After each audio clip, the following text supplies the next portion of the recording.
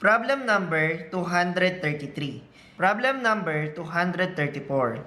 Problem number 233. A steel bar 50 mm in diameter and 2 meter long is surrounded by a shell of cast iron 5 mm thick.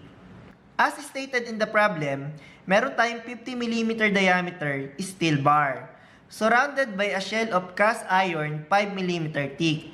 Kapag sinabi nating shell, siya yung parang outer covering.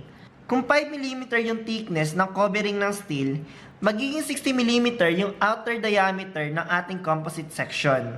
The question is, compute the load that will compress the combined bar a total of 0.80 mm in the length of 2 meters. Or ano daw yung value ng P para makompress ng 0.80 mm yung pinagsamang section ng steel bar and cast iron. So from this position, eto na ngayon yung magiging final position. Na-compress yung section natin ng 0.80 mm. For steel, E is equal to 200 gigapascal and for cast iron, E is equal to 100 gigapascal. Gumamit ako ng notation na E sub S for the modulus of elasticity of steel and E sub C for the modulus of elasticity of cast iron. Dahil composite yung section, magkatulong na i-resist ng steel at cast iron yung compressive force P na ina-apply natin sa section. The applied compressive force P is equal to the force of steel plus force of cast iron. Tawagin natin siya na equation 1. Yung next na pwede natin pagkunan ng equation, masasabi natin na yung shortening or deformation ng steel and cast iron is equal or 0.80 mm. Therefore, the deformation of steel is equal to deformation of cast iron is equal to 0.80 mm. Tawagin natin to na equation 2. From the formula, deformation is equal to PL over AE. From this formula, madiderive natin tong equation na to when P is unknown. Solving for the force of steel, deformation 0.80, area pi d squared over 4, at ang diameter ng steel is 50 mm, modulus of elasticity of steel 200 gigapascal, gawin nating megapascal since megapascal is also equal to Newton per millimeter squared, over length, gawin nating millimeter para consistent yung unit, at ang makukuhang value ng PS is 50,000 pi Newton. Kung meron akong hollow circular section with inner diameter of small d and outer diameter of capital D, then the value of area is equal to area ng malaking circle minus area ng maliit na circle. From this equation, common term yung pi over 4. So pwede natin siyang i-factor out. At ang magiging equation natin ng area for hollow cylindrical section is equal to pi over 4 outer diameter squared minus inner diameter squared. Solving for the force of cast iron is equal to deformation 0.80, then yung area ng cast iron, pi over 4, outer diameter squared 60, minus inner diameter squared 50, multiplied by modulus of elasticity 100 gigapascal, gawin nating megapascal para Newton per millimeter squared yung unit, then length 2,000 millimeters. Then the value of force of cast iron is equal to 110,000 pi Newton. Going back from equation 1, P is equal to PS plus PC. PS is equal to 50,000 pi Newton and PC is equal to 110,000 pi Newton. Makukuha na natin ngayon yung value ng P.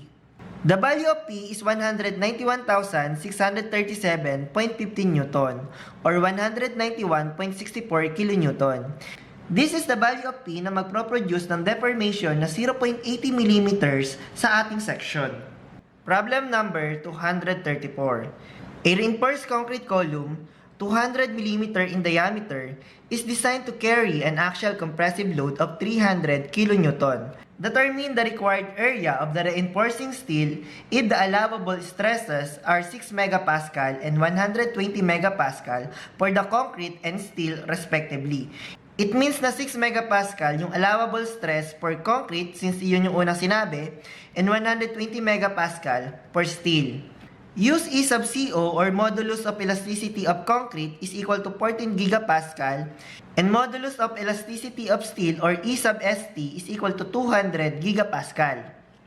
Kaya siya tinawag na reinforced concrete column dahil meron tayong nilagay na mga reinforcing bars sa column.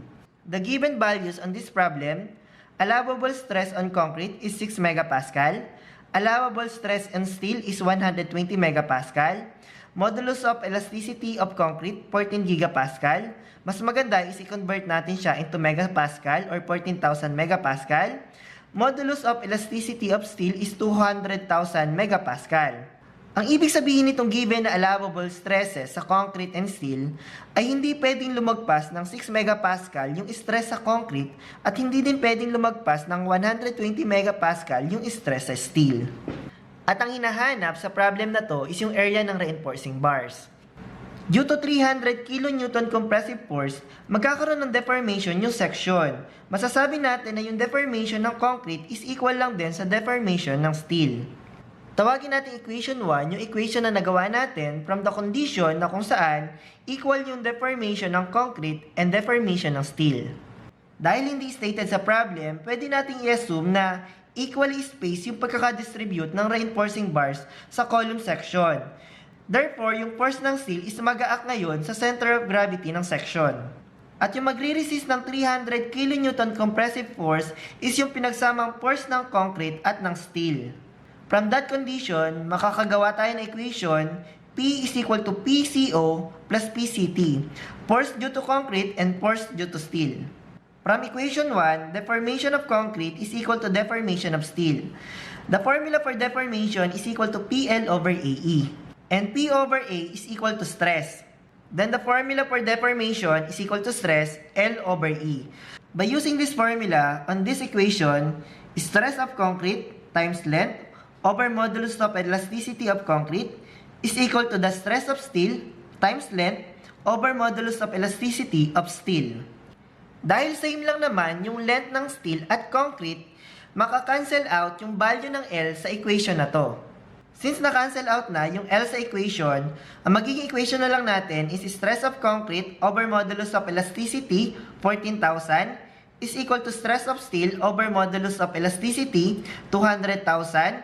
At ang mapoform natin na equation is stress of steel is equal to 14.286 stress of concrete. Since the allowable stress of concrete is up to 6 megapascal only, ano kaya yung magiging value ng stress ng steel kung ang value ng stress ng concrete is 6 megapascal? Using this equation, isubstitute natin yung allowable value ng stress ng concrete which is 6 megapascal. 14.286 multiplied by 6.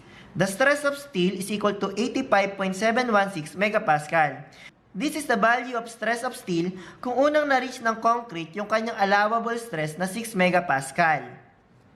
Kapag unang na-reach ng concrete yung kanyang allowable stress na 6 megapascal, ang stress ng steel is 85.716 megapascal. Ang allowable stress ng steel is 120 megapascal, hindi niya pa na-exceed yung kanyang allowable stress na 120 megapascal. Since 120 megapascal, yung allowable stress ng steel, and less than that, yung value na nakuha natin na stress ng steel kapag unang na-reach ng concrete yung kanyang allowable stress na 6 megapascal, it means na okay yung section natin. Going back to this equation again, palitan natin yung value ng stress ng steel sa allowable stress na given sa problem. 120 is equal to 14.286 stress of concrete. Then when the value of stress of steel is 120 megapascal, the value of stress of concrete is equal to 8.46 megapascal. Since 6 megapascal lang yung allowable stress ng concrete at 8.46 yung nakuha nating value kapag unang na-reach ng steel yung kanyang allowable stress na 120 megapascal, it means to say na hindi okay yung section natin. Therefore, ang i-adapt natin na condition is kung saan unang na-reach ng concrete yung kanyang allowable stress na 6 megapascal. Then the stress of steel is 85.716 megapascal.